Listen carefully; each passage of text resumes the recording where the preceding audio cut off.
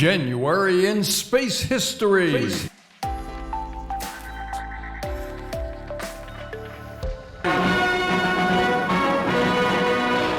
January 1958.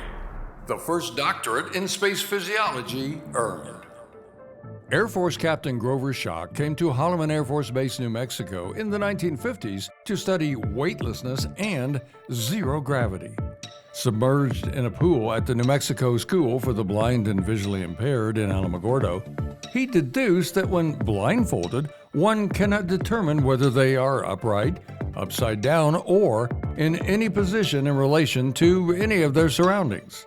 His studies earned him the first PhD in space physiology. Schock was scheduled to pilot Manhigh 3 in October following Joe Kittinger and Dave Simons. The program put men in Earth's upper atmosphere as a step to space. During training, Schock's gondola unexpectedly plummeted 100 feet to the ground. The impact sliced his throat. A Master Sergeant, Ed Dittmer, who would go on to train chimpanzees for the Mercury program, sped to the scene, refusing to stop even for pursuing law enforcement. If not for Dittmer's first aid, Schock would most certainly have died. So, who would go on to pilot Manhigh 3? January 2000. Clifton McClure dies.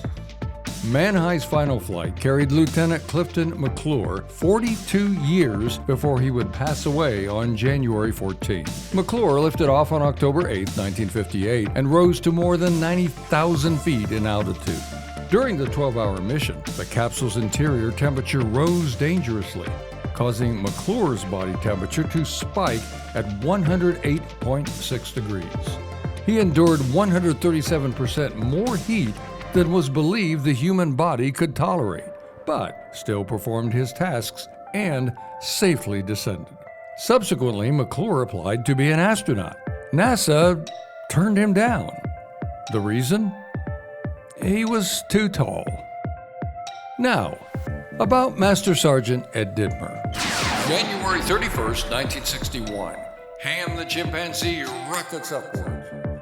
HAM, an acronym for Holloman Aeromedical, where the primate was trained, launched on a 15-minute suborbital mission to ensure America's first man in space, Alan Shepard, would survive.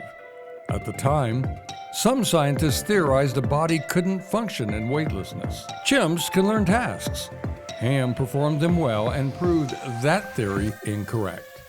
In 1958, Holloman Aeromed began training chimps, and Ed Dittmer trained HAM, as well as Enos, who preceded John Glenn.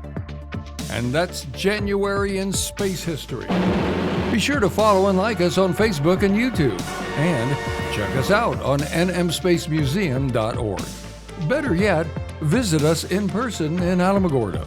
You never know what's new at the New Mexico Museum of Space History.